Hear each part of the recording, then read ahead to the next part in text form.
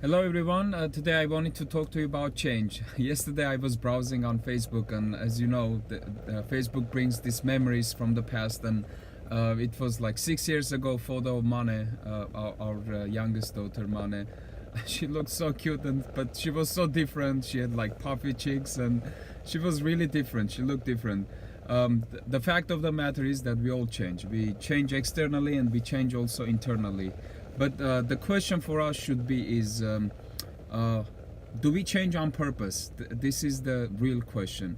Because changes will happen. We cannot control our, I guess, external changes. We will lose our hair, just like I do. And we will change with our appearance and everything. But our internal change is very much under our control. Because we get to choose how to change our internal spiritual life. So that's the question we really need to answer. Do we change on purpose? Do we know what changes are taking place in our life? And Great Lent is a wonderful time and opportunity for all of us to focus on that positive change in our spiritual life, because the Great Lenten journey is all about spiritual transformation, that we become a different person from what we were at the beginning of the Lenten journey. This is what Lent is all about. We just have to pay attention on growing in discernment, understanding what is right and what is wrong. And the only way we can do that is studying the Word of God and understanding His will and purpose for our life. Yesterday we were studying Romans chapter 12 at our men's Bible study, and it came up in that passage that St. Paul is encouraging all of us to present our bodies as a living sacrifice to God, and which will in result give us this discernment, understanding what is God's will. When we commit ourselves, when we submit ourselves completely to God, eventually God fills all the cracks of our life, and we become sort of infused with His presence, and it becomes easier for us to understand and discern what is His will.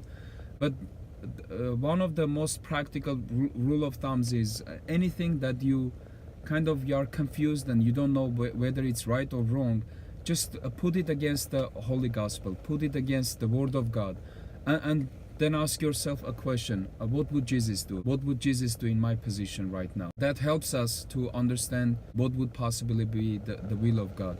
And then the second thing we have to pay attention is growing and changing in knowledge. We gain all kinds of knowledge. There is knowledge everywhere. There is knowledge and tons of information that we gain, and we occupy our brain cells. But the most important knowledge is for us as Christians is the knowledge of God. And the only way we can have knowledge about God is spending more time with Him, praying to Him, and just being around Him and making sure that we understand that He's ever present in our life. He's always next to us. So, and of course, we gain knowledge about God by reading the scriptures a lot and praying a lot. These are the things that help us to understand who God is and what He does in our life. There is one thing we have to understand clearly. It's one thing to know about God, and it's whole another thing to know God Himself. There is a huge difference between those two.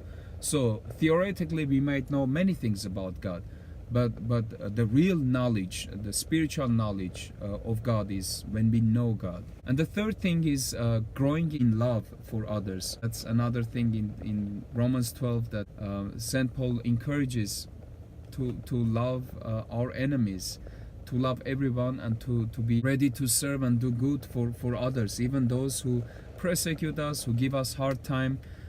He says you have to pray for them, you have to bless them, and you have to love them. If your enemy is hungry, give them food. If he's thirsty, give them water to drink. So this is the ultimate calling for all of us as Christians, to be able to love everyone around us and to be able to see God's image in everyone. So I wish you all the best during this great Lent. Have a blessed Lent, as we say, and hopefully we all will come out positively changed from this great Lenten journey. May the Lord continue blessing all of you.